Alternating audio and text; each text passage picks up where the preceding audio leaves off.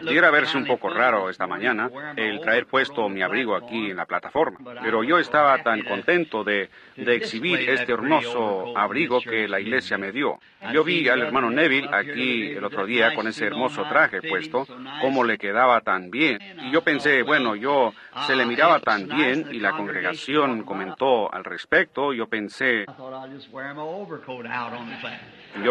yo me pondré mi abrigo en la plataforma. Ustedes saben, yo creo que nosotros nunca maduramos. Nosotros siempre... Y yo no quiero madurar. ¿Qué de eso, hermano Luther? No, nunca queremos madurar. Queremos siempre permanecer como niños. El hermano Neville dice, hermano Branham, yo pensé que usted tenía puesto uno de esos atavíos como esos ministros de alta categoría. Yo apenas lo miré de reojo y yo pensé que quizás usted tenía puesto una túnica. Es un cumplido para este hermoso abrigo. Bueno, yo diré, yo sí estaba necesitando uno y es el mejor que yo he tenido. Y yo verdaderamente lo aprecio. Y el hermano Roy Robertson, yo no sé si él está aquí en esta mañana o no. Él tuvo algo que ver con la selección y realmente fue una buena selección. Y nosotros estamos muy, muy complacidos al recibirlo. Y así que nosotros estamos muy contentos de estar de nuevo en la casa del Dios viviente en esta mañana. Y para gozar de estos momentos maravillosos de compañerismo alrededor de su preciosa palabra. Ahora muy pronto, si el Señor lo permite, yo tengo que ir a ultramar. Yo creo que ustedes lo han visto en La Voz de los Hombres de Negocio, que yo voy a ultramar este próximo mes. Y nosotros estaremos solicitando todas las oraciones del pueblo, que ellos oren por nosotros mientras estamos fuera. Pareciera ser que en ultramar mis reuniones son mejores, porque lo reciben mejor allá. En América, yo le estaba diciendo al hermano Mercer que yo escuché a... Primero, él me dio un tocadiscos y tenía los discos allí de algunos de mis sermones. Yo supe entonces, si alguien me ha de escuchar a mí, tendría que ser la gracia de Dios en ellos, porque yo pensé que yo pudiera hacerlo un poquito mejor. Él está grabando eso también. Un poco, usted puede cortar esa parte, ¿ven? Él está deteniendo la grabadora, me imagino que al hacer eso lo está cortando. Pero yo les digo, yo estaba tan sorprendido.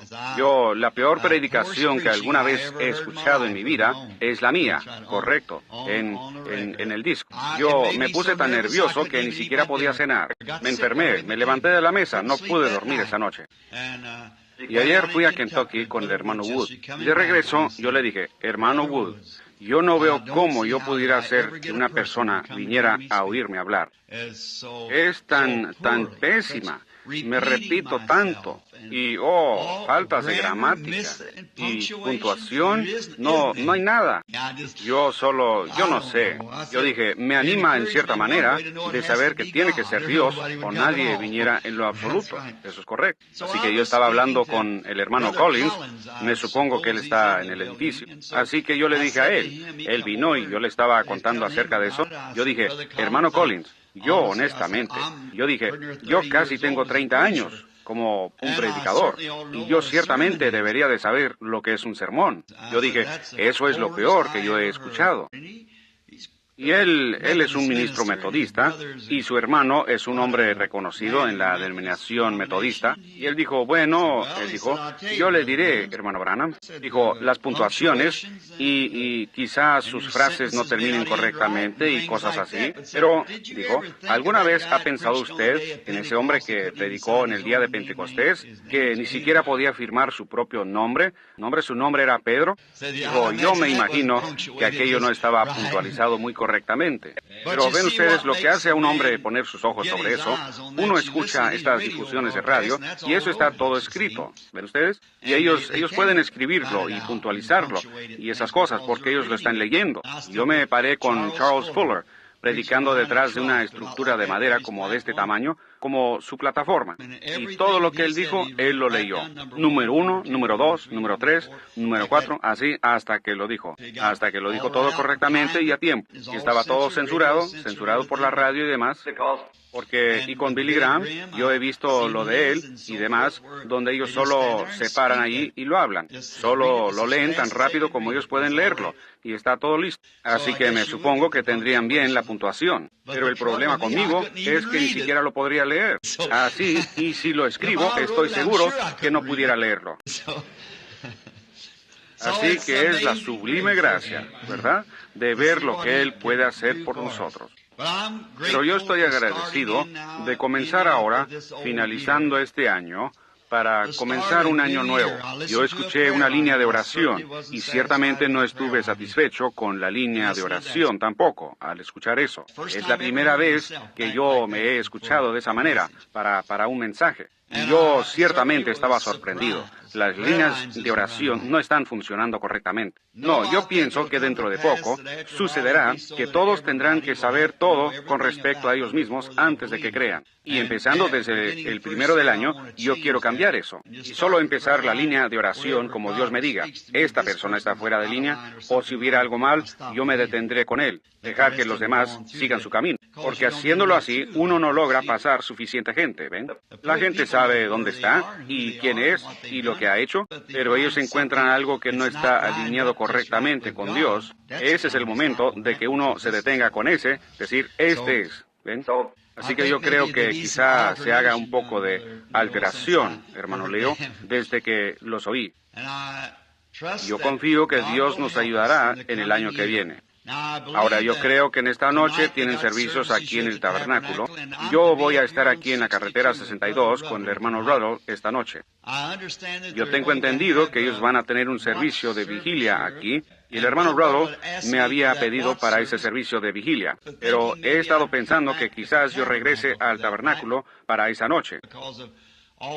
Porque yo siempre he tratado de estar en el tabernáculo en la víspera de Año Nuevo. Yo quería regresar para estar con los hermanos aquí. Así que hasta cierto punto me comprometí un poco y yo estaré con el hermano Ruddle en esta noche allá en la carretera 62, en el antiguo Club 62 que ha sido convertido en una iglesia. Y entonces el miércoles en la noche estaré aquí de regreso para el servicio de vigilia. Y entonces el jueves partiremos para Chicago y de ahí seguimos a Filadelfia y luego a ultramar. Y en esta mañana no queremos retenerlos por mucho tiempo, porque tenemos las entrevistas y los servicios continuarán. Y diré que desde el último servicio de oración aquí, yo estoy muy agradecido por los resultados que se obtuvieron del último servicio de oración. Ciertamente es una cosa maravillosa lo que nuestro Señor puede hacer cuando su pueblo se reúne.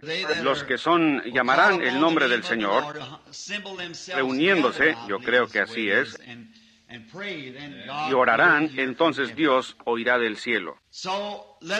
Así que vamos a inclinar nuestros rostros solo por un momento mientras miramos hacia Él para que nos dé la inspiración que se necesita para este mensaje. Señor, tú has sido nuestro refugio y fortaleza en todas las generaciones. Nuestros padres antes de nosotros confiaron en ti y no fueron confundidos. Ellos creyeron en tu santo nombre y ellos resplandecieron como luces brillantes. Y nosotros miramos hacia ellos, como ha dicho el poeta, huellas en las arenas del tiempo, nuestras partidas dejan detrás de nosotros huellas en las arenas del tiempo. Entonces vemos que aquellos que confiaron en ti, siempre, sin fallar alguna vez, salieron adelante. Aunque ellos pasaron por muchas aguas profundas y por grandes pruebas y persecuciones, pero aún así, en el fin, tú siempre los sacaste más que conquistadores, porque es tu palabra prometida que tú harías esto. Y nosotros oramos hoy que tú bendigas a esta iglesita. Bendice a su pastor, a nuestro buen hermano, el hermano Neville, y a su familia.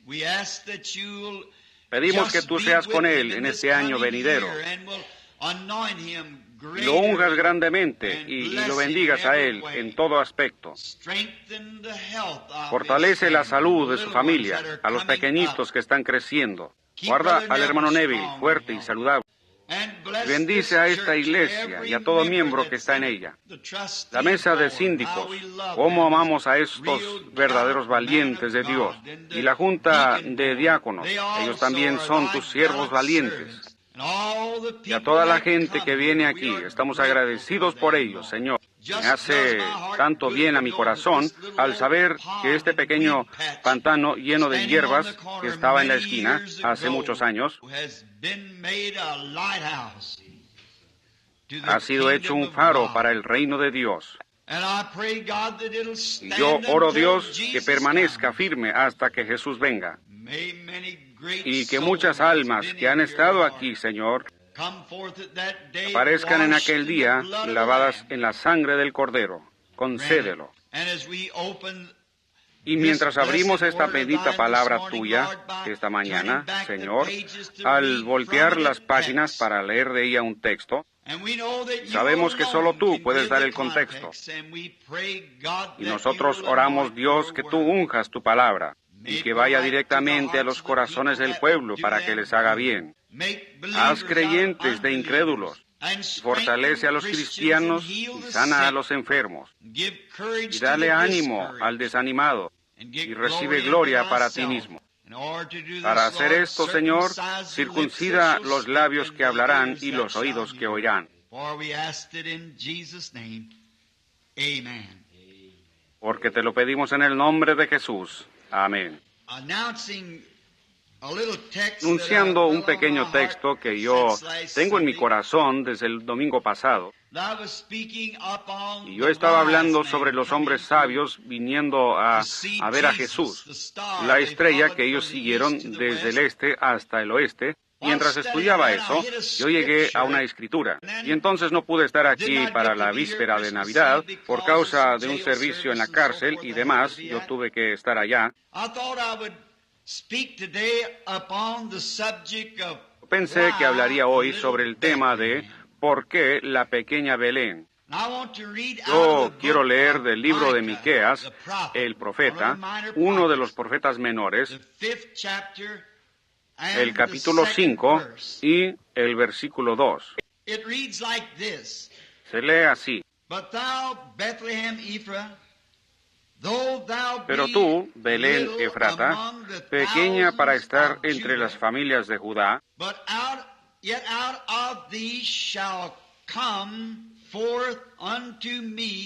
de ti me saldrá el que será Señor en Israel,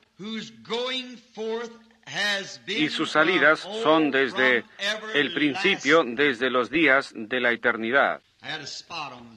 Yo tenía una manchita sobre la escritura, por esa razón yo no podía distinguir cuál era la palabra en el momento. De todos los lugares que hay en Palestina,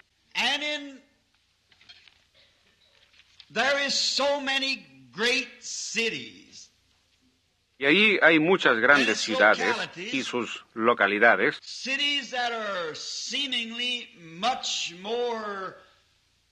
ciudades que parecieran ser mucho más conocidas en los relatos de la historia, mejor fortificadas, ciudades más grandes. ¿Y por qué Dios escogería la pequeña Belén para ser el lugar del nacimiento de su Hijo? Hay muchas que son más grandes. Por ejemplo, la histórica Jerusalén,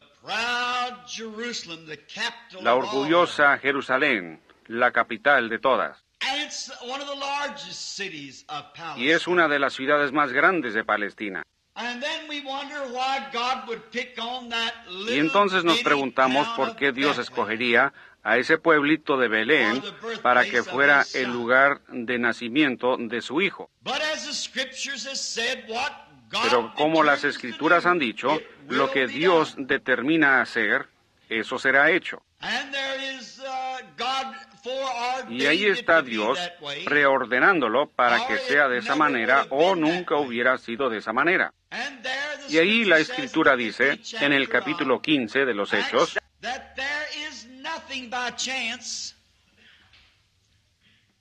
que no hay nada por casualidad, Dios sabía todo. Y no es que sucedió por casualidad, solo fue que Dios lo hizo de esa manera. Y entonces cuando nosotros, con nuestras mentes finitas, comenzamos a pensar sobre eso,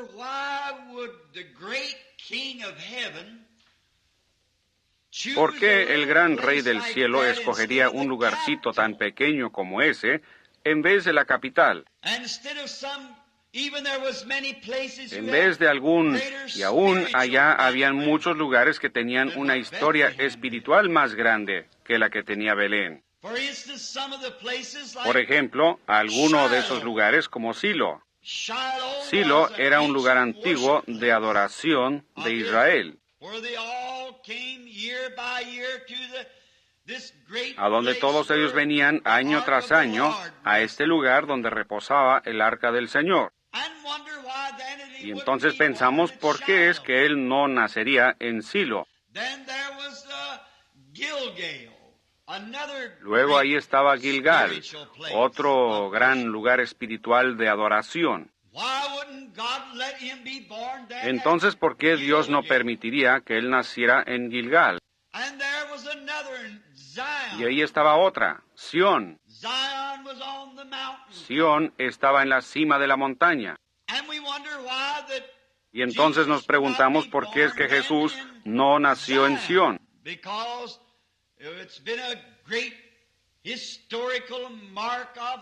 Porque ha sido un punto histórico donde el Señor ha bendecido a su pueblo a través de las edades. Y pareciera como que quizás él hubiera escogido a Sión, o Gilgal, o Silo, o uno de los otros grandes lugares donde habían tenido grandes bendiciones y grandes enseñanzas. Y habían otras grandes ciudades, tales como Hebrón. Ese era el lugar para un hombre que estaba buscando una ciudad de refugio, un lugar de seguridad. Estaba también Ramot de Galad, otro lugar de refugio a donde la gente podía venir, la cual hubiera sido muy apropiada para que él naciera allí. Y quizá, si yo lo hubiera estado pensando, yo lo hubiera traído a él a Cades Barnea, porque esa era la silla de juicio y un lugar de refugio. Quizás yo lo hubiera traído a esa parte del país para que fuera su lugar de nacimiento. O quizás nosotros le hubiéramos escogido alguna de las otras ciudades. Pero ustedes saben, estoy tan contento que aún las cositas insignificantes en la Biblia significan tanto. Yo creo que fue Jesús quien dijo esto, que ustedes sobrepasan y llevan a cabo los mayores asuntos de la ley más bien, pero sobrepasan las cositas pequeñas. Y algunas veces son las cositas pequeñas las que mantienen unidas las cosas grandes. Pero en todo esto, los engranes están dando vuelta exactamente de la manera que Dios les ordenó que dieran. Den vuelta aquí, nunca habrá uno que falle en dar en su lugar. Dios ha preordenado todas las cosas. Y tienen que acertar exactamente en ese lugar. Y cuando nosotros obtengamos fe como esa, y empecemos a pensar quién está detrás de todo esto, ¿cuál es el engranaje principal que está dándole vuelta a esta gran economía de Dios? Encontramos que es el Espíritu Santo. No ha sido dejado en las manos del hombre el hacer las cosas, pero en las manos del Espíritu Santo. Y Él es el engranaje principal, que si Él puede coordinar el resto de los instrumentos, funcionará perfectamente y mantendrá exactamente el tiempo de Dios. Y entonces vemos eso y pensamos en nuestra mente cuando vemos las cosas grandes y cómo es que las tendríamos nosotros. Y entonces nos da mucha consolación hoy al pensar que quizás seamos un grupito de gente, quizás nosotros seamos insignificantes para el mundo y para las grandes iglesias denominacionales. Sin embargo, Dios usa esas cositas sencillas algunas veces, porque también está escrito en las Escrituras: no temáis, manada pequeña, porque al Padre le ha placido daros el reino.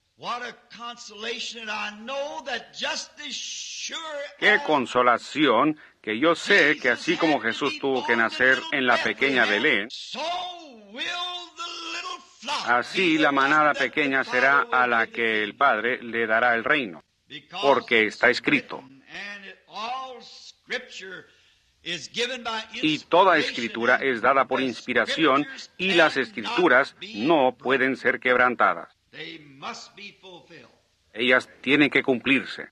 Así que nos da esa esperanza al saber que será una manada pequeña la que recibirá el reino. Una pequeña manada fiel de creyentes.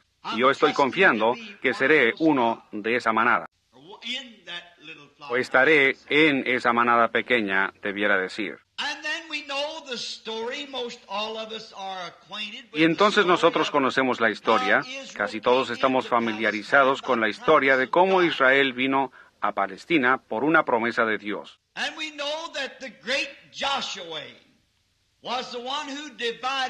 Y sabemos que el gran Josué fue el que repartió su porción a cada tribu. Y ciertamente, si nosotros tuviéramos el tiempo de aquí hasta las 6 de la noche, para quedarnos en este tema, para alinear estas cosas, para obtener el verdadero significado de todo ello, el cual no tenemos, solo como 30, 40 minutos, así que tenemos que hablar solo de los puntos más sobresalientes, confiando que el Espíritu Santo, a ustedes lectores de la Biblia, les colocará el resto de ello en su corazón mientras proseguimos.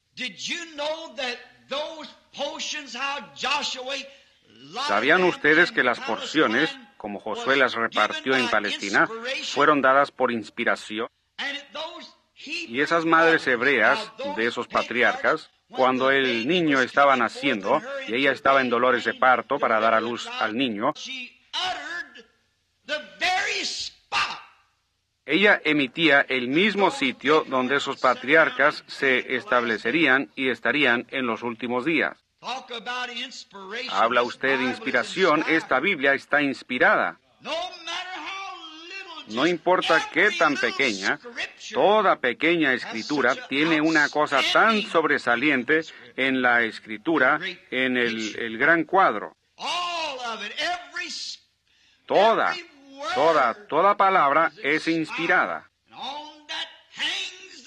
Y de eso depende el destino de las almas. Porque es la palabra del inmortal y eterno Dios. Y aún esas madres, cuando el niño estaba naciendo y ella emitía su voz, los colocaba posicionalmente donde ellos estarían en la tierra prometida cientos de años después.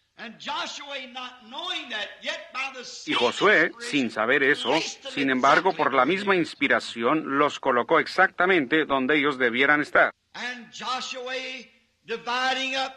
Y Josué repartió la porción a Judá. Si notan en el mapa, geográficamente está al oeste de la llanura del mar, a unas cuantas millas al sur de Jerusalén, la capital. Y cuando Judá estaba recibiendo la parte, o su parte mejor dicho, en la tierra, su provincia, nosotros así le llamaríamos. Es extraño, pero esta pequeña ciudad, Belén, ni siquiera fue mencionada. Sin embargo, allí estaba, porque Abraham, o yo creo que fue Rebeca, quien fue sepultada en ese lugar. Pero solo debió haber sido una pequeña aldea de alguna clase, porque si leen Josué 5, se darán cuenta que habían como 115 ciudades mayores bajo el dominio de Judá, aparte de las aldeas y pueblitos. 115 ciudades son mencionadas. Y quizás cuando fueron divididas, Belén era tan pequeña, quizá solo había una casita o dos. Ni siquiera fue mencionada en la herencia. Y entonces nos damos cuenta que realmente nunca llegó a ser conocida. El que la fundó fue el hijo de Caleb, cuyo nombre fue Salma. Y él la fundó. La Biblia dice que él fue el padre de ella, lo que significa que él fue el fundador de Belén. En otras palabras, él quizás se mudó allí y empezó algunas clases de negocio y comercio e intercambios, etcétera, que hizo que se desarrollara. Y más tarde hallaremos que la verdadera razón, que todos los demás estaban celosos de esa pequeña porción de terreno, la cual está hacia el norte y este, y se inclina un poco hacia el sur, en ese pico,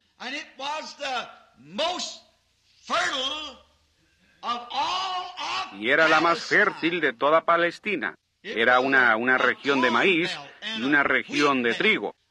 Y había grandes huertas de aceitunas y demás en ella. En esa parte de Belén, o Palestina, al final de la provincia de Judá.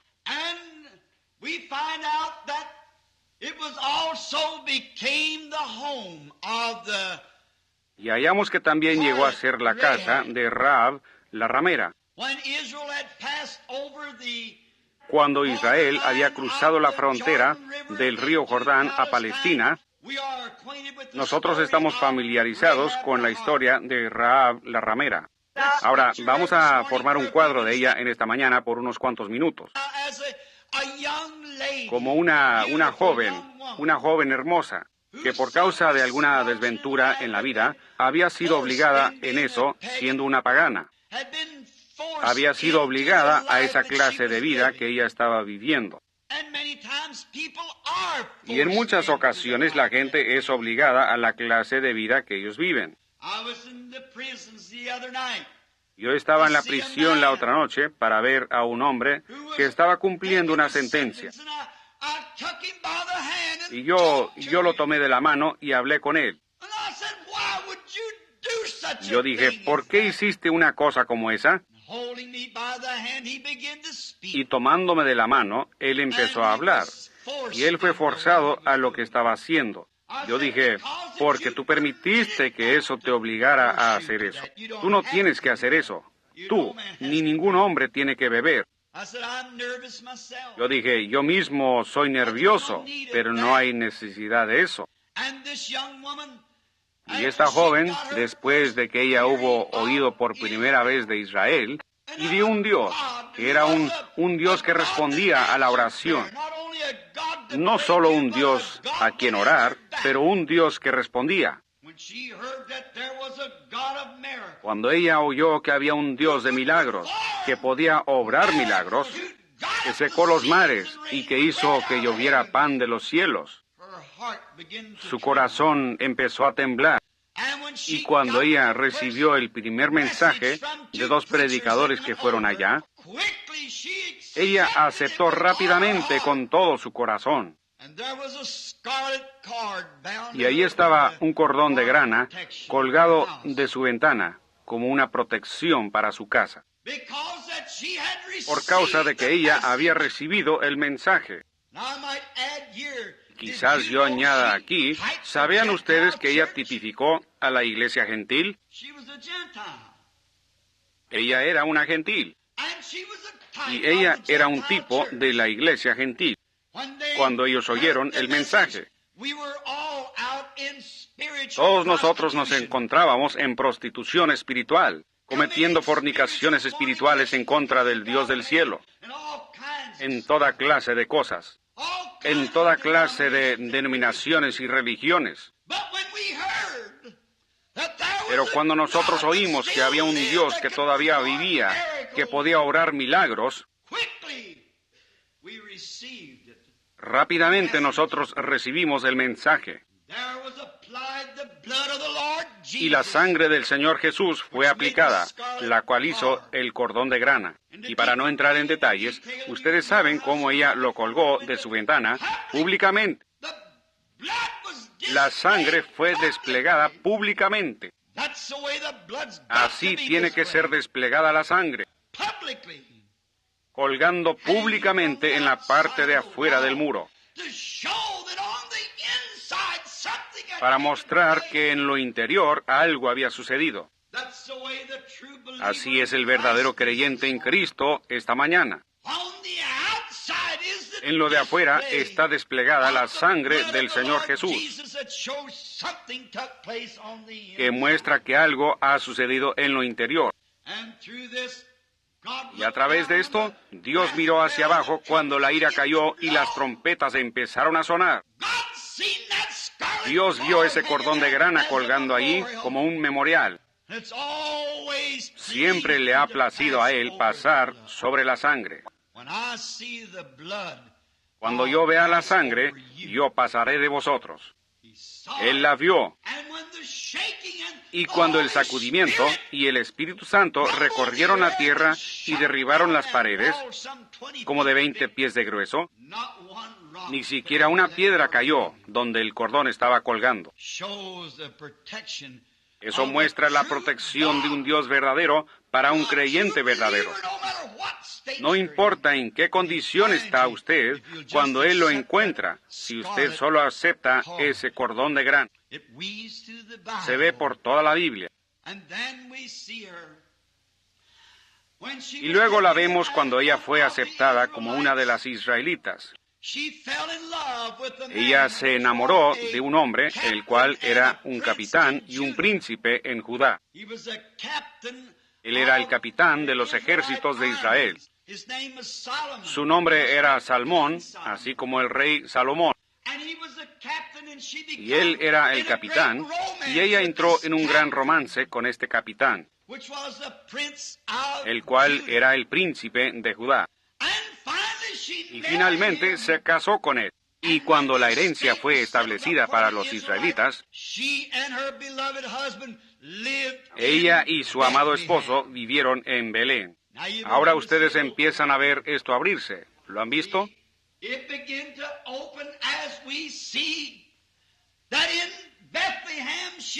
Se empieza a abrir cuando vemos que ella vivió en Belén, siendo una novia gentil para un judío.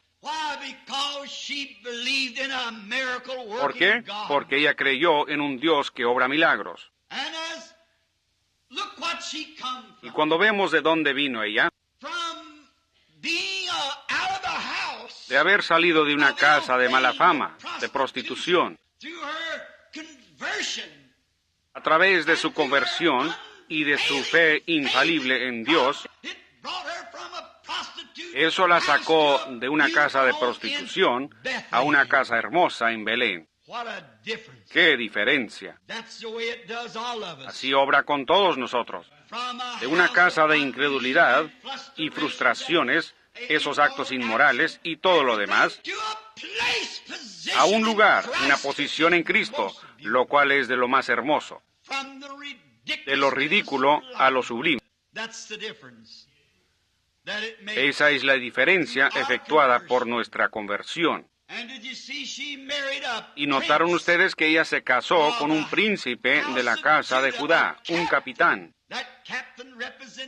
Ese capitán representó a Cristo, que tomó una novia gentil para sí mismo.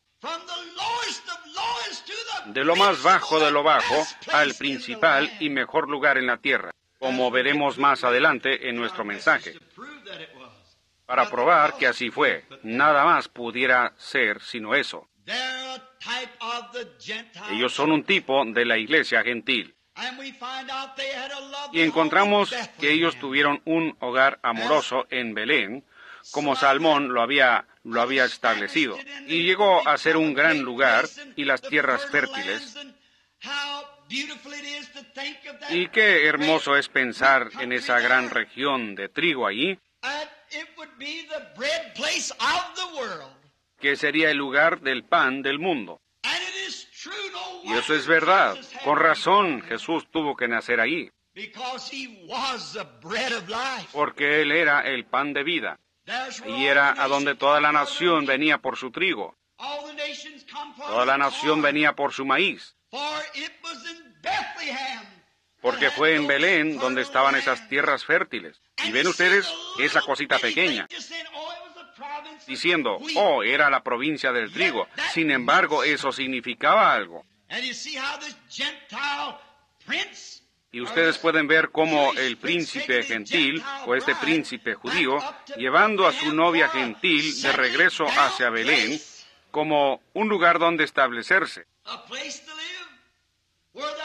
Un lugar para vivir donde había pan en abundancia. Encontramos que a través de este gran romance y la gran obediencia de fe de parte de Rahab la ramera, ella dio en nacimiento un hijo a Salmón, y su nombre fue Booz. Y todos nosotros estamos familiarizados con otra gran historia atada ahora a este eslabón. Y Booz nació en Belén de Salmón y Rahab la ramera. Nosotros encontramos que años más después que Noemí había dejado el país y se había ido a peregrinar con los moabitas, y cuando ellos la habían tratado mal y ella se había separado del compañerismo de los demás creyentes, se había asociado en una condición caída, en otra tierra, entre otro pueblo. En otras palabras, ella había dejado la verdadera iglesia para irse al mundo por un tiempo, para unirse a una iglesia social que creía que cualquier cosa estaría bien. Allí ella perdió a su esposo. No siempre tiene que ser una muerte física. Usted pudiera perderlo en una muerte espiritual o perder su esposa. Es mejor permanecer en buen terreno. Es mejor se debiera quedar donde sabe que está cubierto por la sangre. A pesar de cómo se miren los demás, qué tan grandes son, qué tan buenas torres tienen ellos en sus iglesias, o cómo suenan las grandes campanas, es mejor que usted se quede donde la sangre cubre el pecado del pueblo. Puede ser que se pierda el uno o el otro. Y, sobre todo, pudieran perder al Señor Jesús y ser dejados fuera. Y entonces encontramos que después que sus hijos habían muerto, ella había perdido a los dos, y ella regresó porque no había avivamiento del Espíritu en la ciudad en ese tiempo. Oh, cómo me gustaría descansar aquí por unos minutos. Cómo me gustaría empezar de nuevo aquí y mostrarles. No importa cuántas iglesias han retrocedido, permanezca debajo de la sangre. Ese es el lugar donde morar. Adentro o afuera, arriba o abajo, en las buenas o en las malas, lo que pudiera suceder, permanezca debajo de la sangre. Pero Noemí pensó que sería mejor ir allá y unirse con otro grupo, porque ellos estaban teniendo problemas. Pan espiritual, no había pan espiritual allá. Pero Dios la restaurará. Yo restauraré, dice el Señor. Quédese en el campo de donde proviene eso. Así que encontramos que ella empezó a anhelar por regresar, porque ellos oyeron que un gran avivamiento había empezado. Y si usted nota, Noemí regresó en la sazón de la cebada, dice la Biblia, justamente en el tiempo de la siega. En otras palabras, cuando estaba aconteciendo un gran avivamiento, aplicándolo espiritualmente. Ella regresó justamente en esa temporada. No le había quedado nada, ella no tenía nada. Y Orfa, una de las esposas de sus hijos, cuando se dio cuenta de lo que ella tenía que sacrificar, siendo un tipo de la iglesia moderna, si yo tengo que ir allá, tendré que dejar mis bailes, tendré que dejar mis buenos tiempos y mis reuniones sociales. Entonces ella solo lloró y besó a su suegra y se regresó. Pero aquí está un cuadro hermoso que estaba con ella, otra nuera llamada Ruth, la cual una vez más era un tipo de la novia gentil, quien besó a su suegra y dijo, yo dejaré todo, yo me voy contigo. Que tu pueblo sea mi pueblo. Que tu Dios sea mi Dios. Donde tú mueras, ahí moriré. Donde seas sepultada, ahí seré sepultada. Eso es lo que Dios quiere. No es aquello fronterizo a la mitad del camino, pero un rendimiento absoluto y completo al reino de Dios. Ella la besó. Y entonces Noemí dijo para desanimarla, tú mejor deberías regresar a tu pueblo. Yo estoy vieja y ya no hay más hijos en mí. Y la ley era que ella tenía que esperar por un hijo. Y dijo, ya no hay más en mí. Y si yo tuviera un esposo y tuviera un hijo, tú también serías demasiado vieja para casarte con él. Así que mejor regrésate a tu pueblo. Pero Ruth dijo, yo no regresaré. Fe, arraigada y fundada, fe perfecta había bajado al corazón de Ruth. Y ella dijo, yo me voy contigo. Y ella se aferró de ella, se agarró de ella. Yo voy a estar donde tú estés. Me gusta eso. Y nosotros estamos familiarizados con la historia mientras prosigue. Como este gran Booz, el cual era el señor de la siega, era en el tiempo de la siega, y él era un pariente de Noemí. Y cuando se encontró a Ruth allá en la misioncita espigando, cada espiguita que ella podía recoger, que tenía algo de trigo, ella la recogía porque era vida. Booz, siendo el señor de la siega, mandó que sus segadores dejaran caer un manojo de vez en cuando para ella. Y ella lo recogía con gozo. Y entonces ese día ella desgranó un delantal lleno. Y cuando salió Booz, el señor de la siega, y vio a Ruth y vio su fidelidad, él se enamoró de ella. Observen, a Booz representará a Cristo. ¿Dónde estaba él? En Belén. ¿A dónde vino Ruth? A Belén. ¿En dónde estaba espigando ella? En Belén. ¿Ven todos estos detalles espirituales hasta aquí? La trayectoria de esta gran escena que está tomando lugar. Dios sabiéndolo desde el principio. Y ella le empezó a preguntar a su suegra qué es lo que ella debía hacer. Y finalmente Ruth se casó con Booz, otra vez una gentil casada con un príncipe en Judá. Y se estableció y vivió en Belén. Pero tú, pequeña Belén, ¿qué no eres tú la más pequeña entre todas las principales ciudades de Palestina? Pero le ha placido a Dios, cuyo conocimiento y cuya salida es desde la antigüedad, desde el principio, para que su hijo naciese ahí. Él sabe todas las cosas y Él lo obra todo para el bien. Y ahí Ruth se casó con Booz. Y cuando se casaron Ruth y Booz, si tuviéramos tiempo para entrar en esa gran historia, la cual es una de las más grandes escenas de amor en todas las edades, cuando Ruth y Booz se casaron. Recuerden, paremos aquí solo por un minuto. Es tan hermoso para sobrepasar. Ruth era una gentil. Ella no tenía herencia con los judíos, así como nosotros, los gentiles, no teníamos herencia. Así que Noemí realmente era la heredera. Así que ella había perdido todas las propiedades que tenía en el principio. Todos sus bienes habían sido vendidos en una subasta pública. Por lo tanto, ella había sido excomunicada y se había ido. Ahora, cuando ella regresó, solo había una persona que podía redimir su herencia perdida. Ese era su pariente cercano.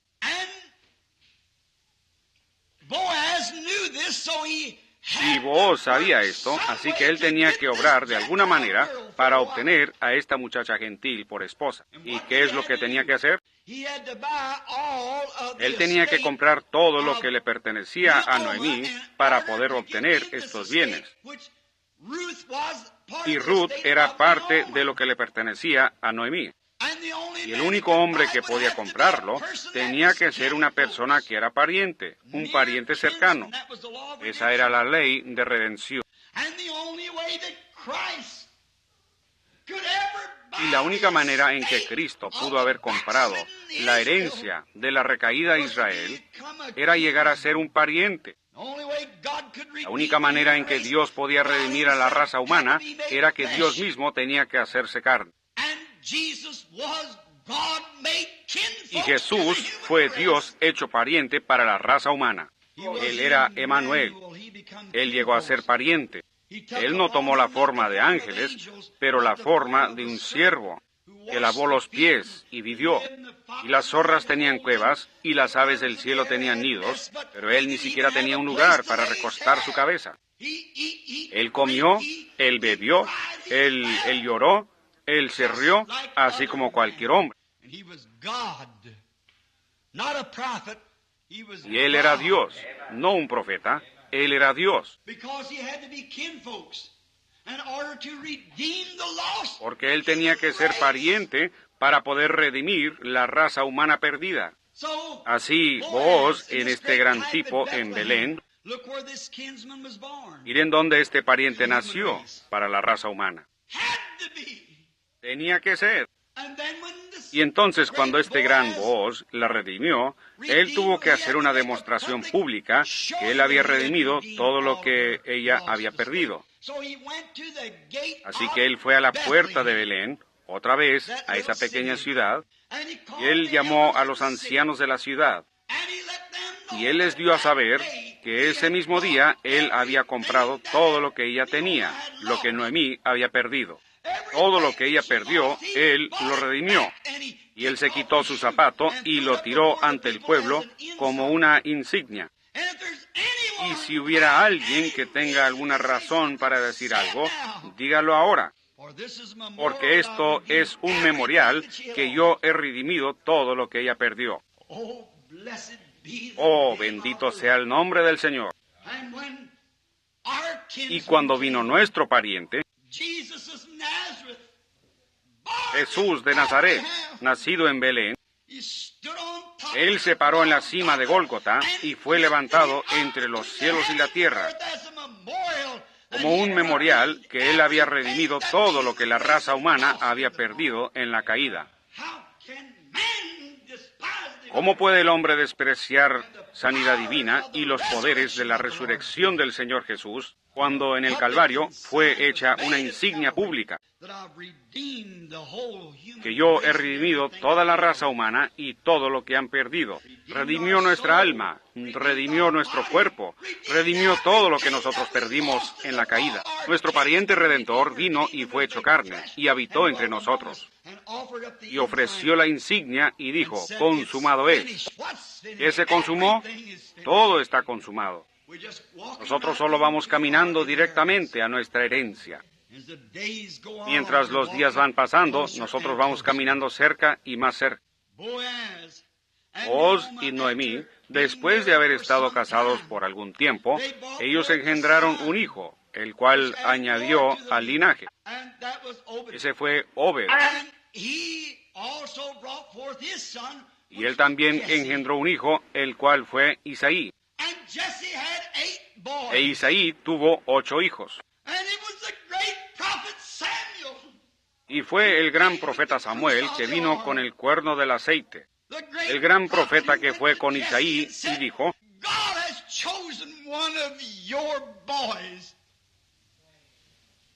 Dios ha escogido a uno de tus muchachos para gobernar y servir a mi pueblo.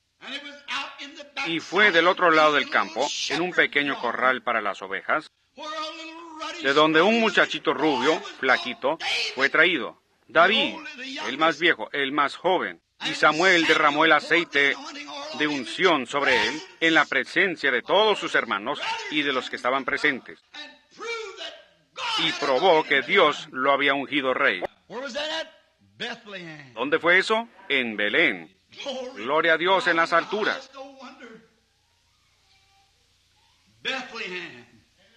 Con razón, fue Belén donde él fue ungido como rey. Fue en Belén donde nació David. Y su gran hijo, Jesús, también tuvo que nacer en Belén, porque había tal unidad entre los dos, como padre e hijo. Este gran hijo no solamente fue el hijo, él fue la raíz y el linaje de David. Él fue aún antes de David, él será después de David. Él fue de la eternidad hasta la eternidad. Pero de acuerdo a la carne y todas las cosas que tenían que ser cumplidas, él era el hijo de David. Él habría de nacer años después en esta misma Belén, en esta pequeña ciudad abandonada. Pero todo el tiempo allí, ¿notaron? Que estaba obrando un gran misterio poderoso que nadie parecía entender. Esa es la misma cosa que existe hoy en la Belén de Dios. Está obrando una señal misteriosa, pero parece que nadie la entiende. Es algo que va por encima de la cabeza de la gente. Parece que ellos no lo captan. No importa qué se ha hecho o qué se dice, y la parte misteriosa de las cosas que se han hecho, la gente dirá, oh, bueno, me supongo que todo está bien, y siguen adelante, pero ellos no lo entienden. Ellos no lo pueden captar, no lo pueden obtener. Y eso es lo que Dios estaba haciendo en Belén, en Judá. Él está obrando, todas estas cosas pequeñas se están moviendo hasta llegar a una gran culminación. David, cuando él fue ungido rey, siendo un muchachito, él era rubio, pero algo debió haber estado en él que a Dios le pareció real. El más pequeñito, el más pequeño de la familia. Los demás muchachos eran hombres grandes, finos, y se verían bien con los mantos y con una corona sobre su cabeza. Pero Dios enseñó lo que él miraba. No la apariencia exterior, pero lo interior de un hombre. Él miró a su corazón, y él sabía lo que había en el corazón de David. No importaba cómo se le miraba la corona. Él estaba buscándose un hombre que fuera conforme a su propio corazón. Y David sería un hombre conforme a su propio corazón. Por eso fue que él vertió el aceite de la unción, o mandó que fuera vertido sobre David, el cual, el nombre de David significa. Y años después, eso fue representado muy bien en Jesús, el amado, el hijo de David, quien habría de venir a cumplir todas las cosas que habían sido prometidas. En esta pequeña ciudad de Belén fue donde estas cosas sucedieron. Y fue en las mismas colinas de Judea donde David había apacentado sus ovejas. Muchos años después, ahí fue donde los ángeles cantaron su primer villancico en las colinas de Judea, mirando hacia Belén.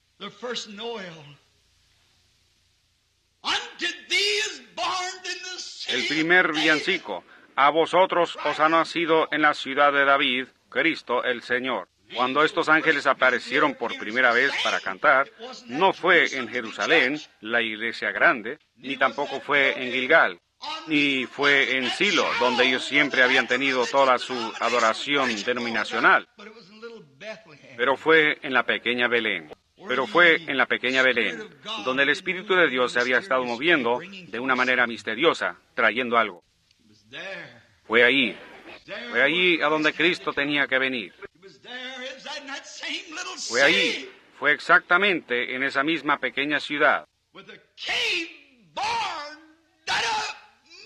donde nació un rey, donde una madre, virgen, dio a luz a su primer hijo. Le dio refugio y techado en su pequeña fortaleza al Rey de Reyes y Señor de Señores, donde no solamente vino Samuel a derramar el aceite de la unción, sino que Dios lo derramó sobre él y sobre el mundo, Cristo el Señor. Los ángeles anunciaron su venida y cantaron a los pastores en las colinas, quienes siguieron al rey David años antes. ¿En el misterio de Dios, qué tan grande es? Él nació en esta gran región de trigo, que del trigo vienen los principios básicos de la vida. Y Él era el pan de vida. Yo soy el pan de vida. El que come mi carne y bebe mi sangre tiene vida eterna. Y nunca morirá o vendrá a condenación, mas ha pasado de muerte a vida. Belén en inglés es Bethlehem. El nombre Beth-El, B-E-T-H, Beth como palabra hebrea significa casa. E-L es Elohim, es una abreviación. Elohim significa Dios. B-E-T-H, Beth, E-L es Elohim, el cual es Dios. La casa de Dios, donde es colocado el pan de vida. E-L-H-E-M, terminándola y poniendo la L con la E, significa barra de pan en el hebreo, el-hem. E-L es Dios Elohim. B-E-T-H es pan, o sea, B-E-T-H es casa. E-L es Elohim abreviado. Entonces, E-L, H-E-M, es pan. ¿Qué fue él? La casa del pan de Dios. La casa del pan de Dios. Casa, Beth, Elohim, Dios, El-Hem, pan. La casa del pan de Dios significa Bethlehem. ¿Dónde más podría él haber nacido sino allí? Pero fue ocultado de todos menos al profeta. Él dijo, él saldrá de Belén. Ellos estaban buscando en Jerusalén, estaban buscando en la gran Silo, estaban buscando por todas partes. Pero él salió de Belén, porque era la casa del pan de vida de Dios. Él es la canasta del pan de Dios para el mundo. Ahí estaba, nacido en Belén. Él no pudo haber nacido en ninguna otra parte. Podrían haber muchas cosas grandes. Yo estaba estudiando esta semana de los distintos aspectos espirituales de esto, el por qué tuvo él que nacer en Belén. Cuando yo toqué estos puntos, el Espíritu Santo me arrebató, y yo dije, oh Dios, eso es suficiente. Ahora lo veo. Él no pudo haber nacido en otra parte, sino en Belén. Era el lugar del pan de la nación. Era el pan de toda la casa de Israel, el que salía de ahí. Y él era el pan de vida que descendió del cielo, el maná espiritual. Tuvo que salir de Belén, el linaje del pan, el lugar donde se encuentra el pan. Belén, la hornada del pan. Ahora, Jesús siendo el pan de vida, el hombre comerá de él, dijo él, y nunca morirá. Otro gran evento que yo no podría dejar de mencionar era cuando David estaba en su momento más crítico, cuando él era un fugitivo. Él ya había sido ungido, él sabía lo que habría de ser. Él habría de ser rey. Dios lo dijo. Y sin embargo él fue odiado. Él estaba parado entre dos grandes fuegos. Aquí estaban los filisteos de un lado persiguiendo. Aquí estaba Saúl del otro lado. Y él era un hombre sin patria. Así como está la iglesia hoy, la verdadera iglesia viviente de Dios, sin denominación o ninguna otra cosa. Ella se para sola. Sin embargo, se ha derramado la unción sobre ella. Ella sabe lo que es. ¿Cómo puede llegar a cumplirse? El diablo en ambos lados persiguiendo a David. Él se había refugiado en fortalezas, en el desierto y en cuevas, tratando de esconderse. Con una pequeña banda de guerreros fieles, solo unos pocos creyendo como él. Pero esos hombres creyeron a Dios, que ese sería el rey. Así son los creyentes de hoy, que están escondidos de lugar en lugar, Pero sin embargo, ellos saben quién viene para ser rey. A mí no me interesa quién va a ser presidente. Sabemos que él viene. Y se mira más lejos que nunca. Cuando la ciencia está tratando de gobernar y dicen que pueden hacer un hombre, que pueden hacer esto, y que ellos pueden tomar un conejo y sacarle polen y hacer otro conejo y demás, tratando de desaprobar la palabra de Dios. Sin embargo, hay un pueblo que cree en Dios, que se para tan firme como siempre. No importa lo que venga o vaya, ellos todavía creen en Dios. Dios es verdadero. Ellos se aferran de las manos incambiables de Dios. En medio de batalla, en medio de lágrimas, en medio de enfermedad y muerte, ellos aún así se aferran de la mano incambiable de Dios. Ellos saben que Él viene como rey. La gente hoy se ríe y hace burla de ellos y los llaman aleluyas, los llaman de todo lo que quieren. Pero esos guerreros de Dios se paran fieles en el puesto del deber. Pudieran llamarlos el grupo sanador, pudieran llamarlos montón de fanáticos o lo que desean. Ellos se aferran a ese rey. Ellos saben que Él viene en poder. Aunque los demás tomen su nombre en vano, se burlen y se mofen del pueblo quien cree en Él, llamándolos desechados, escoria. Eso no los molesta en nada. Ellos se mantienen fieles en el puesto del deber. Esos guerreros que estaban con David se mantuvieron a su lado. Si un filisteo venía, él tenía que pelear. Con quien fuera, ellos eran acechados por todos lados. Pobre David, en su mente estaba todo confundido. Él pensó, Señor, ¿cómo puede ser? Ustedes saben, algunas veces los líderes pasan por cosas que la congregación no sabe por lo que ellos están pasando. Cuando uno piensa de promesas que Dios ha hecho, entonces, ¿por qué no se cumplen? Ellos no se lo dicen a su congregación. Ellos no se lo comentan a la gente con la cual se asocia. Pero hay muchas frustraciones en el corazón de un verdadero líder. David estaba sentado ahí, su garganta estaba quemándole y estaba en pleno verano.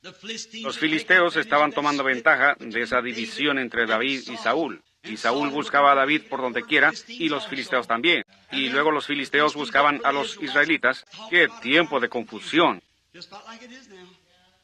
Casi como es ahora. David se refugiaba en este lugarcito, en este pequeño refugio, en cualquier parte que él pudiera, en las pequeñas fortalezas a donde podía llegar. Entonces él subió a la montaña, en ese calor, en medio del verano, cuando el calor estaba tremendo, su garganta secándose, con frustraciones y temores en su corazón, y pensando, oh Dios, ¿cómo puede ser esto?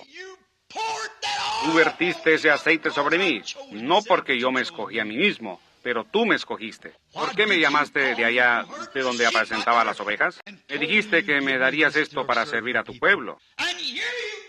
Y me tienes en medio de fuegos por donde quiera. Eso estaba pasando por su corazón.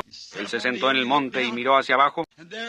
Y los filisteos habían venido y se habían acampado ahí mismo en Belén, su pequeño hogar. Entonces, su pequeña ciudad estaba bajo el control del gobierno del enemigo. No solo eso, pero la casa de su propio padre, la casa de Isaí, estaba bajo cautiverio de los filisteos. Y estaba su propia nación, su propia iglesia, en contra de él. Aquí estaba el enemigo con el que estaba peleando. Aquí está la gente de la iglesia con quien él estaba peleando.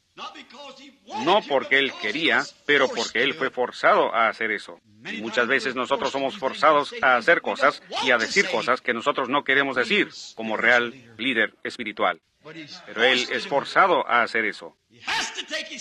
Él tiene que escoger un lado y mostrar sus colores. Yo tomaré el camino con la minoría despreciada del Señor, dijo el escritor del himno.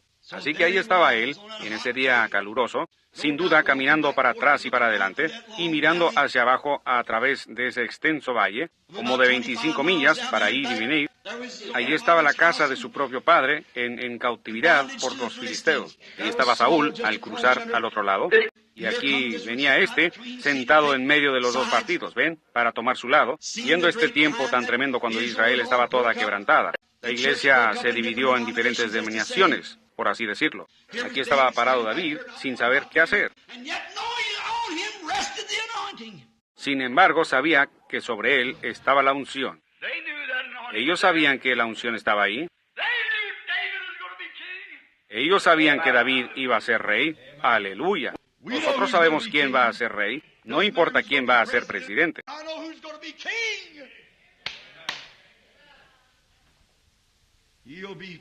Él será rey. Yo sé que se necesita algo para pararse, pero Dios me ayude a cerrar mis ojos a las denominaciones y a todo lo demás, y fijarme en ese cuadro espiritual de más allá, que Él es el Rey venidero.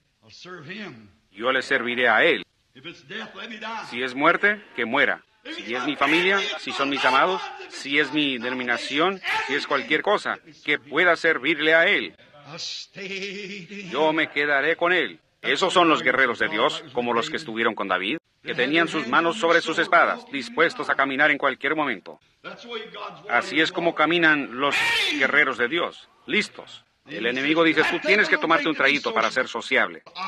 Yo no tocaré tus cosas inmundas. Amén. Allí está el enemigo. Allí está el guerrero. Oh, ¿por qué no renuncia usted a esa cosa de aleluyas que usted cree? Yo creeré en Dios. Yo me quedaré fiel. Ahí lo tienen. Ahí están los guerreros. Oh, ¿qué quiere decir? No hay tal cosa como sanidad divina. Eso es lo que piensa usted. Yo sé mejor. ¿Ven? No hay tal cosa como el bautismo del Espíritu Santo. Esos días han pasado. Eso es lo que piensa usted. Yo ya lo he recibido. Usted ha llegado demasiado tarde para decirme algo al respecto. Ellos sabían que la unción estaba sobre ese muchachito rubio. Ellos sabían que él iba a ser rey. Pero David estaba frustrado en su propia mente. Yo puedo imaginarme. Solo observémoslo por un minuto. Se regresa allá, se sienta y mira hacia abajo y piensa. Mi propia amada ciudad Belén. Mírala ahí, donde las grandes cosas de Dios han sucedido. Donde el padre de mi padre, de mi padre, de mi padre nació. Donde mi tatarabuela allá pronunció en el tiempo del nacimiento de Judá, de cuya tribu yo soy, que más allá está algo sobrenatural. Ella pronunció su lugar y Josué colocó a ese hijo ahí mismo. Y de ahí han venido todas estas cosas. Tiene que ser. Yo era un pastor y tú vertiste el aceite sobre mi cabeza. Tú dijiste que yo sería rey y yo te creo. Amén. Entonces él regresa y mira hacia abajo y piensa, bueno, allá muy abajo en mi pequeña ciudad donde nací, está ese grupito donde me asociaba en aquellos días buenos del pasado. Sería mejor si los metodistas miraran hacia sus buenos días de antaño, cuando ellos eran pocos y esparcidos en escuelitas aquí en América, cayéndose bajo el poder de Dios, echando agua en sus caras. Sería mejor para ustedes bautistas también mirar hacia atrás de donde ustedes vinieron y el resto de ustedes. Ustedes pentecostales miren hacia atrás de donde vinieron. Eso es correcto. Allí, en el calor de la batalla, David empezó a pensar, oh, yo me puedo acordar de aquellas noches cuando me acostaba allá al lado de ese monte. Yo me acuerdo cuando miraba aquellas estrellas, cómo ellas se movían allá arriba, y cómo Dios habló a mi pequeño corazón de muchacho. Me puedo acordar de cuando entré tanto en el Espíritu un día, mirando a las nubes y a los pastos verdes y refrescantes, hasta que yo grité bajo el Espíritu y canté, Jehová es mi pastor, nada me faltará. Aunque ande en valle de sombra de muerte, no temeré mal alguno, porque tú estarás conmigo. Oh, Señor, aquí estaba Él en las meras quijadas de la muerte en ese momento, en ambos lados. Aunque ande en valle de sombra de muerte, esos buenos días antiguos, cuando el Espíritu estaba conmigo, cuando Dios estaba conmigo, yo entoné sus alabanzas, yo me gocé en Él. Yo recuerdo en una ocasión en que vino un león una mañana y atrapó a una de mis ovejas. Y el Espíritu de Dios vino sobre mí y yo fui y lo agarré y lo corté en pedazos. Yo me acuerdo de aquella liberación. Oh, yo me puedo acordar de esa tarde un poco antes que el sol se metiera. Un oso vino y atrapó a una y yo lo maté. Esas grandes liberaciones. Yo recuerdo cuando entoné sus alabanzas en los días de mi juventud, cuando yo apacentaba a mis ovejas. Oh Dios, regrésame a ese lugar. Regrésame a mi primer amor. Regrésame y dame mi cayado de pastor. Dame ese rebaño de ovejas otra vez. Permíteme andar por allá solo para adorarte. Eso, algunas veces pensamos eso, pero estamos en el calor de la batalla. Algo tiene que hacerse. Nosotros fuimos muchachos en una ocasión, ahora nosotros somos hombres adultos. Allá está en marcha. Yo recuerdo cuando el aserrín estaba todo pisoteado en el piso y la gente clamaba y gritaba. Y de tanta gente que había, uno no se podía acercar por ningún lado. Pero no es así hoy en día. Allá está rugiendo. Oh, ya no es William Branham, el muchachito predicador. Uno tiene que producir algo. Sí, señor, tiene que haber algo diferente. El tiempo está en marcha, la batalla ruge, el fuego está encendido. El tiempo para ser liberado, la gente, todos los que fueron hallados escritos en el libro. Ahora el tiempo ha llegado. David y toda su frustración, caminando para atrás y para adelante y pensando, oh, este día caluroso, oh, hace tanto calor. Oh, Saúl quizás vendrá por este lado, los filisteos por este lado, ejércitos por donde quiera alrededor, y aquí estamos nosotros sentados en la boca de una cueva. Y sin embargo, el aceite de la unción está sobre mí. ¿Cómo puede ser? Oh, Dios, ¿cómo puede ser? Oh, cómo quisiera un trago de agua. Entonces en su mente regresó allá, junto a las puertas de Belén. Ahí había un pozo.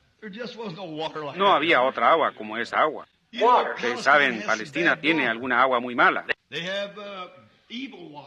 Ellos tienen aguas malísimas y aún tienen fiebre del agua negra y cosas en ella. Y mucha de esa agua es alcalina, la cual lo mataría a uno. Pero en Belén también es donde está la fuente principal de agua para la provincia. No había otra agua como la que tenía Belén. David solía pensar, cuando yo llevaba mis ovejas y empezaba por la mañana, yo pasaba por ese pozo antiguo y bebía. Oh, qué fresca y qué dulce, y cómo saciaba la sed. Y ahora su garganta le comenzaba a pedir, y aún ungido. Oh, si tan solo pudiera tener un trago de agua. Ahora sus guerreros, y él exclamó en su desesperación, oh, si alguien me trajera un trago otra vez de aquel pozo antiguo de allá en Belén. Oh, después de haber soñado de todos los días de su juventud y de las victorias, y luego verlo aquí en el lugar donde él estaba sentado en medio de los fuegos. Él exclamó, oh, si alguien pudiera traerme agua de Belén. Sus guerreros no podían interpretar sus pensamientos. Pero hermano, ellos lo amaban con todo lo que estaba en ellos. El menor de sus deseos era un mandamiento para ellos. Desde sus poderosos guerreros sacaron sus espadas, se escabulleron del campamento y se abrieron camino a espada por 25 millas. David, al irse ellos, sin duda pensó, ¿dónde están ellos? ¿Qué han hecho? ¿Dónde fueron ellos? ¿Sabían que estaban arriesgando su vida? Ellos estaban en medio de las quijadas de la muerte, a través de una línea de 25 millas, emboscadas por donde quiera, y las espadas resplandeciendo y los escudos retumbando. Pero su hombre, su hermano que ellos creían que sería rey, deseaba un trago de agua. Oh, hermano, me pregunto si los guerreros de hoy estarán dispuestos a abrirse camino a través del formalismo, dudas e incredulidad, para refrescarse en la presencia del Señor y sus deseos. El menor de tus deseos, si es África, India, si es por la calle, donde quiera que sea, el menor de tus deseos. El menor de tus deseos, Señor, es mi mandamiento. La muerte no significa nada para mí. Mi popularidad, lo que soy, lo que seré, no significa nada, Señor. Solo para cumplir tus deseos. Esos son los guerreros que están parados al lado de Él. Y ellos me llaman aleluya, si mi nombre es escandalizado, si ellos me dan un puntapié en la calle, eso no interesa. Tu deseo es mi mandato. Ese es el real soldado. ¿Qué hicieron ellos? Ellos pelearon abriéndose camino hasta que llegaron a ese pozo. Sacaron agua con el cántaro, y ahí venían de regreso, peleando, cortando su camino a izquierda y derecha hasta llegar a la presencia de David. Dijeron, aquí lo tienes, mi Señor. Oh, Señor. ¿Qué? Un hombre que estaba en desgracia, un hombre que era odiado por la iglesia, un hombre que era odiado por el rey, un hombre que era odiado por los filisteos, un hombre que era odiado casi por donde quiera, pero un grupito que lo seguían, sabían que él era el rey venidero. Hoy, yo sé que nosotros cantamos grandes alabanzas, edificamos grandes iglesias, tenemos grandes himnos y demás cosas, nosotros así le alabamos. Jesús dijo, en sus corazones ustedes están lejos de mí, porque ustedes enseñan como doctrinas los mandamientos de hombres. Deje que el Espíritu Santo venga y haga algo en su iglesia, mostrando la presencia de Jesucristo, ellos lo echarán a uno por la puerta. En vano me adoran. Adoran, pero lo hacen en vano, enseñando como doctrina las tradiciones de hombres. Pero hay guerreros que creen en Él. Hay guerreros que se mantienen firmes, con un entendimiento espiritual, como allá en la pequeña Belén. ¿Ven? Seguro, así fue. David levantó ese cántaro de agua, él la miró, y la Biblia dice que él la derramó sobre la tierra. Dijo, Señor, sea lejos de mí que yo bebiera eso. Que estos mis guerreros han arriesgado sus vidas para ir allá para traerme esta agua. Es la sangre de hombres, y yo no puedo hacerlo. Esta agua dulce, por la cual ellos arriesgaron sus vidas y abrieron camino por la línea de los enemigos para ir allá y obtenerla, David la derramó sobre la tierra como una ofrenda voluntaria hacia el Señor. No fue por maldad, sino que fue un cumplimiento de las Escrituras. Porque a pesar de que Jesús de Belén es el pan de vida, Él también es el agua de vida. Seguro que es. ¿Qué hizo Él? Él fue representado en ambas cosas, en David y en los guerreros. Porque Él era el rey. Y Él era el guerrero que vino y abrió camino por las líneas del enemigo. Amén. Conquistó muerte, infierno y la tumba. Derramó su propia sangre para que Juan 3:16 pudiera cumplirse. Que de tal manera amó Dios al mundo, que ha dado a su Hijo unigénito, para que todo aquel que en Él cree no se pierda, mas tenga vida eterna. En eso Él no dio el agua que lo representó, sino que Él era el agua o perecer, un pueblo moribundo que pudiera obtener vida. ¿Cómo lo hizo Él? Por medio de su propia sangre, al derramarla. No tirándola, eso es un accidente. Él la vertió gratuitamente en el Calvario, después de que Él abrió camino por toda línea del enemigo. Y derramó su sangre de vida para que Él pudiera ser la canasta de pan para el mundo. Una fuente sin igual de sangre de Emanuel, y queda puro en su raudal quien se sumerge en él. Por eso es que Él nació en Belén. Por eso es que Él tuvo que venir, porque ahí era el centro del pan, el pan de vida. Ahí era el centro del agua, que es las aguas de vida. Y en Jesús estaban ambos, el pan de vida y las aguas de vida. Por lo tanto, Él tuvo que venir y nacer en Belén. Belén de Judá, ¿no eres la más pequeña entre todos los grandes príncipes? Solo un pequeño predicador ordinario. Tú solamente eres un pequeñito. Pero de ti saldrá el Señor que es desde la antigüedad, desde los días de la eternidad. Sus salidas han sido desde el principio, desde los días de la eternidad. Eso es que Él nació en Belén de Judea.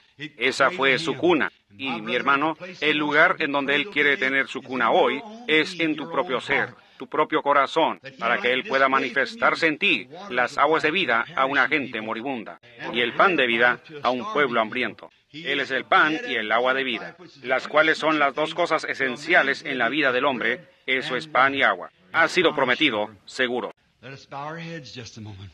Inclinemos nuestros rostros solo por un momento. Y al hacerlo, yo deseo toda su atención. ¿Han estado ustedes en Belén en esta mañana? Si ustedes nunca han estado en Belén, fue llamada Belén Efrata también. Belén Efrata. Efrata significa la raíz. Viene de la palabra H-E-M-P, Hem, significa la raíz. Y allá el distrito antiguo fue llamado Efrata, que significa es el principio de la vida. Cristo dijo, si permanecéis en mí, yo soy la vid y vosotros los pámpanos. Él es la raíz de toda vida. Si usted nunca ha venido a Belén Efrata, la Belén, vengan esta mañana y recíbalo a Él como su Salvador, y Él le perdonará sus pecados. ¿Levantarían ustedes sus manos hacia Él y dirían, Señor, ten misericordia de mí ahora? Yo ahora vengo a Jesús con todo mi corazón. Yo vengo a tu Belén, el agua y el pan de vida. Yo ahora lo acepto a Él como mi Salvador. El Señor le bendiga, jovencito allá atrás. El Señor le bendiga. Dios le bendiga, pequeño. ¿Hay otro?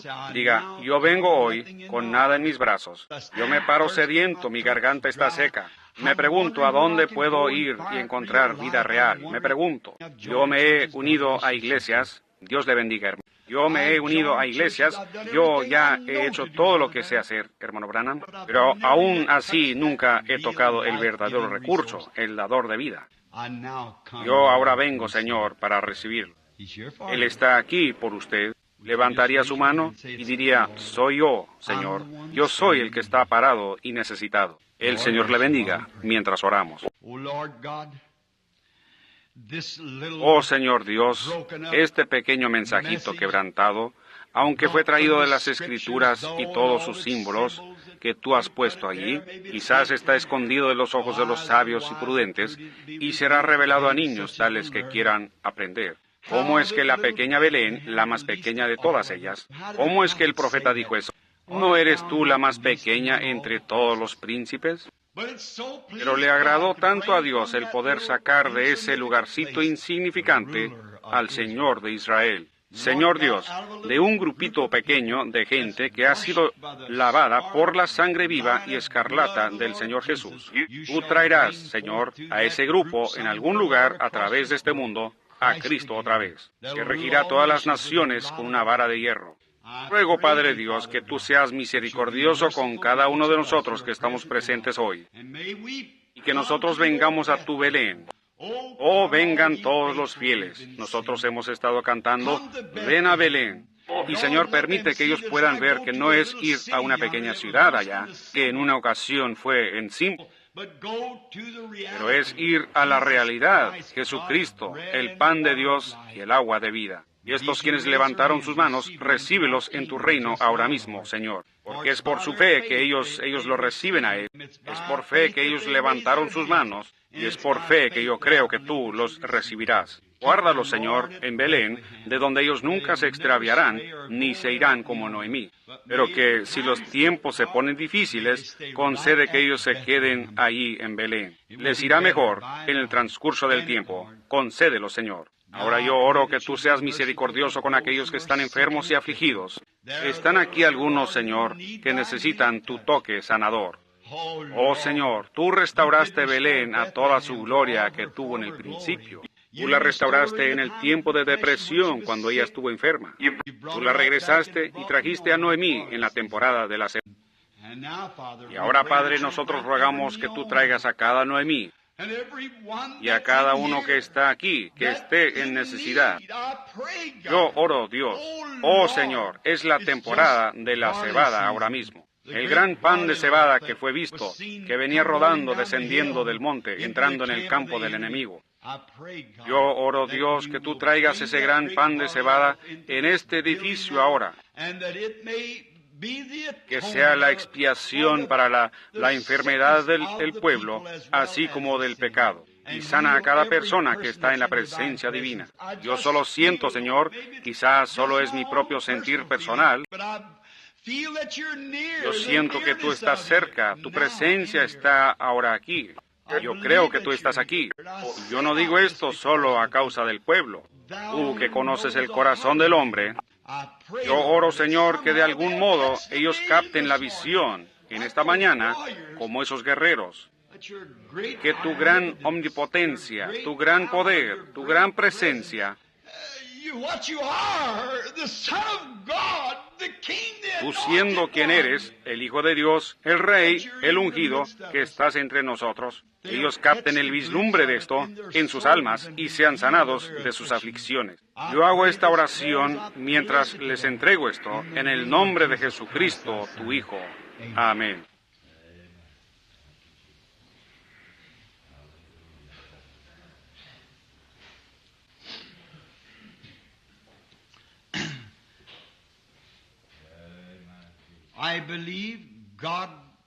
Yo creo en Dios, todas sus palabras, y yo creo que cada parte de su palabra está divinamente inspirada. Yo creo que Él no es yo era, pero Él es yo soy, una presencia que siempre existe. Yo creo que ahora mismo, entre este pueblo aquí, ustedes que levantaron su mano, búsquense una iglesia, sean bautizados en el nombre de Jesucristo, llamando hacia Dios, lavando sus pecados, creyendo que su pronta venida Él ha de aparecer en su segunda venida. Yo también creo que su presencia está aquí para sanar a los enfermos, para sanar a los que están necesitados. Necesariamente Él tiene que orar por ustedes uno por uno. Yo probé eso la otra noche a la gente, que yo solo quería mostrarles lo que había pasado. Había un cierto joven, quien está sentado mirándome ahora mismo, que había estado en cama por varios días. Su garganta estaba tan hinchada que él no podía comer ni nada. Su fiebre estaba muy alta. Y él le había dicho a su padre y a su madre, traigan al hermano Branham para que venga a orar por mí. Y por alguna razón ellos no querían molestarme porque yo estaba ocupado.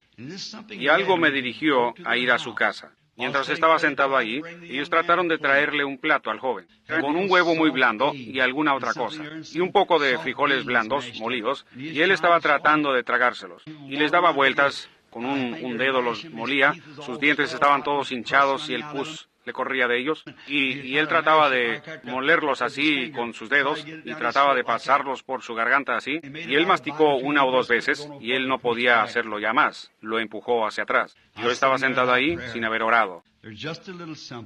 Hay una cosa pequeña, uno no puede decirle a todos lo que está sucediendo. Yo dije, Señor, ahora está muy cerca el fin del año. Hay algo que viene, algo nuevo. Permíteme, Señor. ¿Es esto? ¿Es esto? Tan pronto como yo empecé a decir eso, y a decir, ahora en mi corazón, yo sé que tú estás aquí. El joven extendió la mano y tomó otro bocado, y otro bocado, y otro bocado, y otro bocado, y limpió todo su plato y se subió a su carro y se fue. Oh, Él es Dios, ¿ven? Su presencia, su presencia. Es solo dejarlo a Él que esté presente.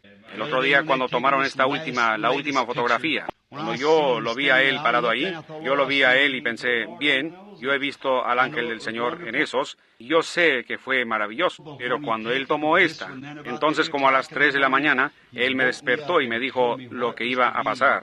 Y me lo explicó todo. Y cómo estaría la armadura y todo. Me enseñó cosas ahí que yo nunca había visto. Yo entré y la cogí y la miré. Y ahí estaba. Yo nunca lo había visto antes. Oh, qué sensación trajo eso para mí. La consolación de saber que Él está presente. Él está aquí, solo su presencia. Y la presencia del Señor estaba ahí para sanar a los enfermos. La presencia del Señor está aquí para sanar a los enfermos. La presencia del Señor está aquí para traer convicción a pecadores. La presencia del Señor está en medio de su pueblo. Y Él es el Belén de Dios, llena de pan y agua. Yo estoy tan contento, también ustedes, de que tenemos un lugar a donde venir y comer y vivir para siempre. Ahora, el Señor les bendiga. ¿Tiene algo que quiere decir, hermano? Pongámonos de pie por un momento. Nuestro antiguo canto de despedida, lleva el nombre de Jesús contigo. ¿Cuántos aman al Señor? Veamos sus manos levantadas muy alto. Todos ustedes tienen sus manos levantadas, ahora bájenlas y dense la mano con alguien que esté parado a un lado de usted. Diga, Dios le bendiga, peregrino. Dios le bendiga. Eso es correcto. Luego alrededor. Muy bien, eso es solo para que ustedes se conozcan los unos a los otros. Muy bien. Ahora miremos hacia arriba a los cielos y cantemos esta alabanza ahora.